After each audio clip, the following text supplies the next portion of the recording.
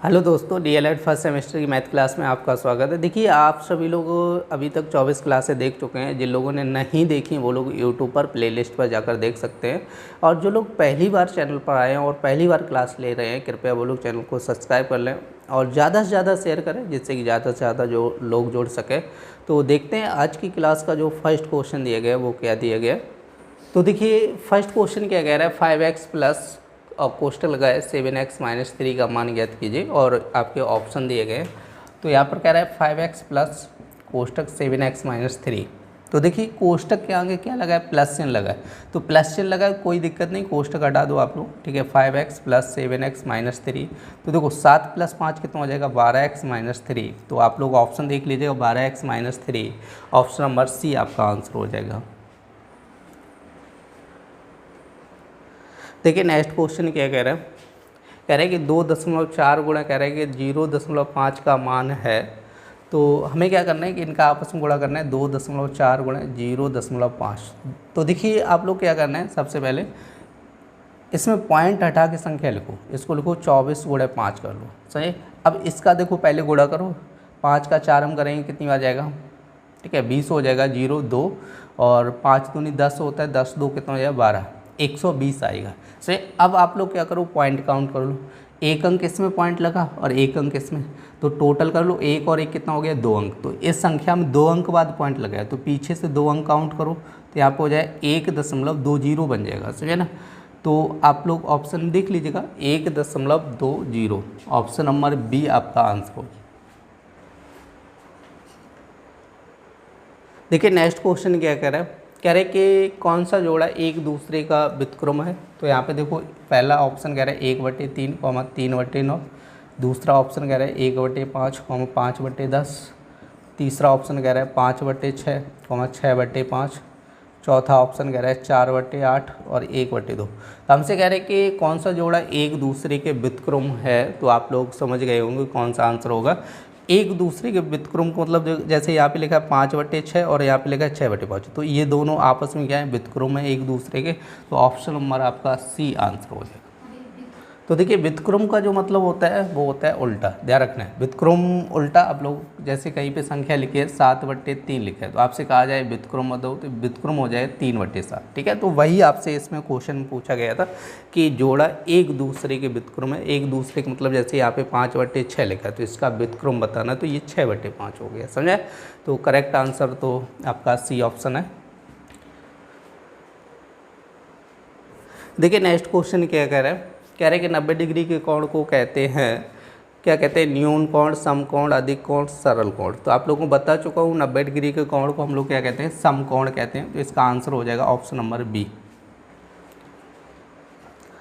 देखिए, next question क्या कह रहा है, कह रहे हैं कि वृत्त के किन्हीं दो बिंदुओं को मिलाने वाले रेखाखंड को कहते हैं। तो ये तो आप लोगों को बता चुका हूँ, जैसे आपका वृत्त है और वृत्त के दो रेखाखंड, जैसे कह रहे हैं कि किन्हीं दो बिंदुओं को मिलाने वाले, तो जैसे दो बिंदु हैं आपके, इन दोनों को मिलाने वाली रेखा को हम लोग क्या कहते हैं, ठीक है। तो ये चीज़ रख रहे हैं कि जब दो बिंदुओं को मिलाने वाली रेखा होगी उसको हम लोग कहते हैं जीवा। लेकिन एक चीज़ और ध्यान रखना है कि दो बिंदुओं को मिलाने वाली रेखा यदि वृत्त के केंद्र से होके जाती है तो उसको हम लोग कहते हैं व्यास, ठीक है। यदि केंद्र से होके जाएगी तो उसको हम लोग क्या कहते हैं, व्यास कहते हैं, ठीक है। और डायरेक्ट दो बिंदुओं को मिलाने वाली रेखा को हम लोग क्या कहते हैं, जीवा कहते हैं। तो आप लोग ऑप्शन नंबर आपका हो जाएगा वी। देखिए, नेक्स्ट क्वेश्चन क्या कह रहा है, कह रहे हैं कि 15% का भिन्न रूप होगा। तो 15% का भिन्न रूप पूछा गया। तो देखिए, परसेंटेज हमें हटाना है, तो क्या होगा, 15/100। देखिए, बहुत ही आसान से क्वेश्चन है, जिन लोगों ने सारी क्लासें देखी होंगी उन लोगों को समझ में आ रहा होगा कि बहुत नॉर्मल क्वेश्चन होते हैं जो ऑप्शनल पूछे जाते हैं पेपर में। तो इसका पूछा गया था भिन्न रूप, तो परसेंटेज हटा दो, आप लोग क्या करना है, 15/100 हो जाएगा। तो अब इसको आप लोग हल करो, 5 से काटो, 5 × 15, 5 से काटेंगे कितना हो जाए, 20। तो इसका जो आंसर बनेगा 3/20 बन जाएगा। तो आप लोग ऑप्शन देख लो, ऑप्शन नंबर आपका हो जाएगा ए, 3/20। देखिए, नेक्स्ट क्वेश्चन क्या कह रहा है, कह रहे हैं कि 3/2 का गुणनात्मक प्रतिलोम क्या होगा। 3/2 का गुणनात्मक प्रतिलोम पूछा गया है, ठीक है। तो ये आपका प्रतिलोम ही होता है, ध्यान रखो, गुणनात्मक प्रतिलोम कह रहा है तो इसको पलट दीजिएगा, उल्टा कर दीजिएगा। तो इसका जो आंसर हो जाएगा वो 2/3 हो जाएगा। देखिए नेक्स्ट क्वेश्चन क्या कह रहे हैं कि दो संख्याओं का लासा तथा मासा क्रमशः कह रहे हैं 900 और 15 है। कह रहे हैं कि इनमें से एक संख्या दी गई 225, दूसरी संख्या क्या होगी। तो देखिए यहाँ पे पहली संख्या कह रहे हैं 225 है और एलसीएम कह रहे हैं इसका 900 और एचसीएफ कितना कह रहा है आपका 15 कह रहा है। तो देखो पहली संख्या गुणे दूसरी संख्या इक्वल टू क्या होता है एलसीएम गुणे एचसीएफ होता है। क्लियर नहीं। तो यहाँ से देखो हमें क्या निकालना होगा दूसरी संख्या, तो आपका बन जाएगा एलसीएम गुणे एचसीएफ बट्टे क्या हो जाएगा पहली संख्या। ठीक है, तो ये तो फार्मूला आप लोगों को बता चुका हूँ। ठीक है, कई बार बताया क्लास में। तो देखिए अब आप लोग क्या कीजिएगा यहाँ पे संख्याएँ रख दीजिएगा। तो एलसीएम कितना दिए गए 900 गुणे एचसीएफ कितना दिए गए 15, पहली संख्या कितनी दी गई 225। ठीक है, 225 दी गई। तो क्या करना है आप लोग पहले इसको 5 से काटो, 5 दिया 15, 5 से काटेंगे कितना हो जाएगा 45 हो जाएगा। ठीक है, अब आप चाहो तो डायरेक्ट इसको काट सकते हैं, 45 दूनी 90 हो जाएगा 20। तो 20 गुणे 3 कर लो, 20 गुणे 3 कितना हो जाएगा 60 हो जाएगा। तो आप लोग ऑप्शन देख लीजिएगा, ऑप्शन नंबर डी आपका आंसर हो जाएगा 60। देखिए नेक्स्ट क्वेश्चन क्या कह रहा है, कह रहे कि ऐसी संख्याएं जो 2 से विभाज्य नहीं होती हैं उन्हें क्या कहते हैं। तो देखिए जो 2 से विभाज्य नहीं होती हैं, आपको सम और विषम की डेफिनेशन बताई थी। ठीक है, सम और विषम संख्याएं। ठीक है, जो 2 से विभाज्य होती हैं, ठीक है, 2 से विभाज्य संख्याएं उनको हम लोग क्या कहते हैं सम संख्याएं कहते हैं।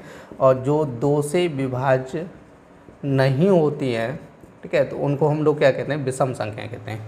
क्लियर नहीं। तो भाज्य अलग है, ध्यान रखो। आपकी प्राकृत संख्याएं जो होती हैं आपकी नेचुरल नंबर्स बोली जाती हैं। तो यहाँ पे सम विषम की बात करेंगे। ठीक है, 2 का भाग किस में दिया जाता है, ठीक है, सम में।